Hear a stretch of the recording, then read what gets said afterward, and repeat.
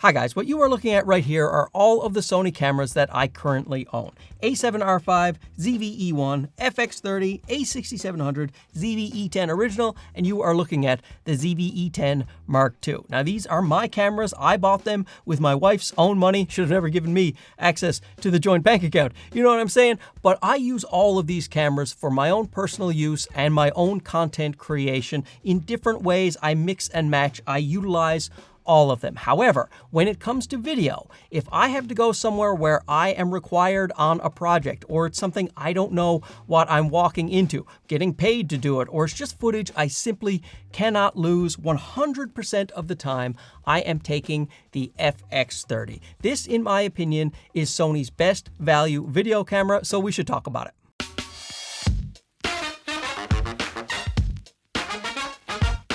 I have been wanting to make this video for a while, but I picked right now to release it because Sony is currently having a sale on this camera, $200 off, which is the most I have seen off on the FX30. I will leave links down below. Make sure to check those out, and hopefully the sale is still going. As many of you know, pretty much any Sony camera released in the last few years can get you wonderful video footage with an excellent image and fantastic autofocus. In fact, the FX30 shares the same sensor with the A6700 and this camera right here, the ZV-E10 Mark II. So you can certainly get identical image quality in those two cameras when it comes to video. However, there is more to the FX30 than just the sensor, so let's get into those details. Point number one, all day, everyday reliability. There are several features on this camera that make it one of the most reliable cameras on the market. The first one is the fan. An internal fan on this thing just makes it rock solid. I have recorded 4K 120 until the battery ran out in a hot environment.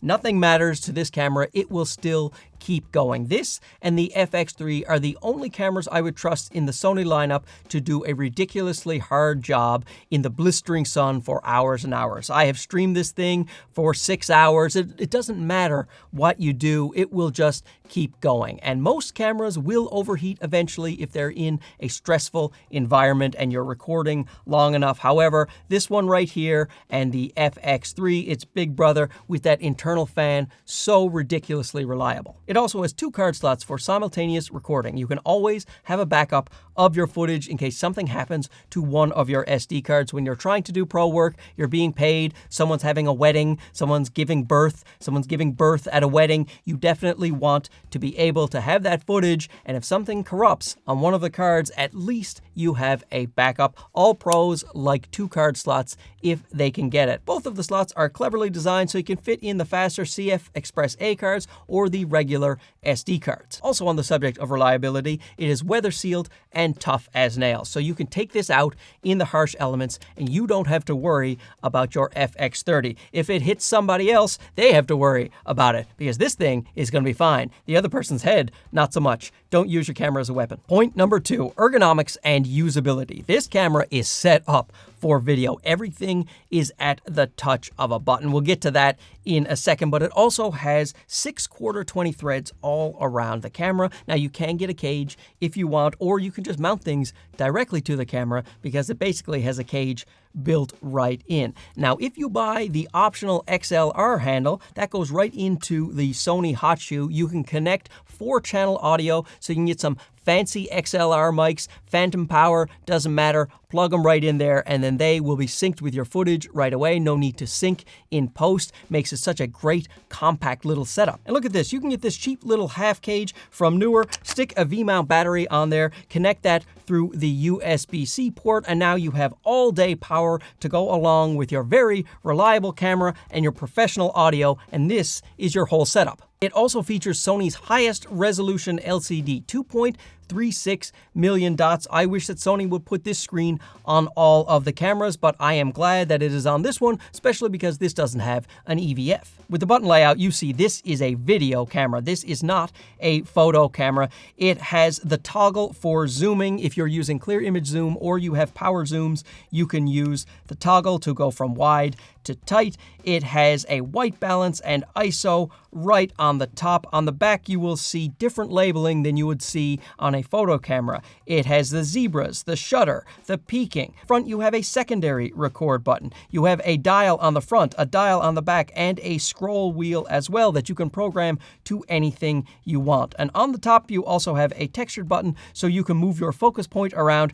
to your heart's content. For ports, you have a 3.5mm mic jack in. You have 3.5 headphone out for monitoring your audio. You also have a USB-C port for charging and power delivery, as well as streaming. You can live stream up to 1080-60 from the USB-C port. You can do 4K 15 frames per second, but I don't know who would ever use that. So 1080 though, you are good to go. You also have a multi-interface port as well for connecting other devices, and you have a full-size HDMI port. Now that makes a big difference to a lot of people, myself included. I have broken off an HDMI cable in those micro HDMI ports more than once. Haven't damaged any cameras, luckily, but I certainly damaged those cords. I always prefer using a full size when I can get it. There's also a very deep grip on this camera with lots of lens clearance there for your fingers. I actually find it the most comfortable grip in the entire Sony lineup. When you press record on the camera, tally lights light up all around this thing like a Christmas tree, which is great because then you definitely know you are recording. You don't want to look like a boob who pressed the record button twice and didn't notice that his camera wasn't recording something very important. The record button actually has a red ring that goes up around it. Front tally light right here. The LCD screen also gets a red ring around it if you set it up that way. And on the back, another big old tally light to let you know you are not screwing this job up. Point number 3 is something that I don't hear a lot of people talk about when they talk about the FX30, and that is stabilization. This camera actually has quite good stabilization. It has a built-in IBIS system as well as electronic stabilization. You can also record gyro data right to the SD cards, and then you can use Catalyst Browse, Catalyst Prepare, or GyroFlow and smooth out your footage so that it comes out like a gimbal. And even though this is a bigger, heavier camera than something like the ZV-E10 Mark II, this one actually comes out with smoother footage if you are vlogging because it uses the combination of the IBIS and the electronic stabilization, and it only crops in about 10 or 12% with that electronic stabilization, whereas the ZV-E10 Mark II relies entirely on electronic stabilization, and that crops in about 33%. So you get a wider field of view and a bit of a smoother ride. Number 4, video features. This camera's had a few updates since its release. When it was released, it was already a great video camera. Now it is even better and more well-rounded. The long-awaited shutter angle that everybody was begging Sony for is now in this camera, so that's great. You can set your 180-degree rule. You don't have to worry about it. Shoot 4K 30, shoot 4K 120. It will make the adjustment for you. It also now has anamorphic D-squeeze right in the camera, so if you attach some anamorphic cinema lenses to it, you can see the image properly on your LCD instead of that weird squished version. Of course, it does 10-bit 422, 4K 60 with no crop, 4K 120 at a 1.5 times crop. So yeah, 1.5 times crop, but at least you get 4K 120 on this camera, and I have used that a ton. As long as you are in decent light, you are going to get some great 4K 120 footage, and it won't overheat on you with that fan. It also has pro features like the ability to put time code in and to also output 16-bit RAW over HDMI. So people who are working in the industry, who have bigger, fancier cameras like Sony Venices and other things that rich people have, you can partner this camera with those cameras and be able to have some of the same workflow. Such a great professional camera for us mere mortals who can't buy a $100,000 camera. Maybe if my wife gets a second job, get off your butt, Sarah! Speaking of the pro stuff, you get an entirely separate menu for the Cine EI menu system, so pros who are used to that system can use it right here on this camera, and you can also shoot DCI 4K. And of course, let's not forget about the Pro Audio 4 channels on this guy. The 5th point has to be the value proposition of the FX30. You can shoot your own personal work. You can shoot your content creation, have your own YouTube studio. Yes, it can do all of those things. But if you want to run a 3-hour podcast, or you're trying to record a long service, or you're doing somebody's wedding, you're shooting commercials, shooting movies, whatever you want to do, pro work or personal work, this camera will get it done for less than $1,800 USD. That is the full retail price. Sometimes Sony will put it on sale for $200 off or $100 off, but even at full retail price, which is what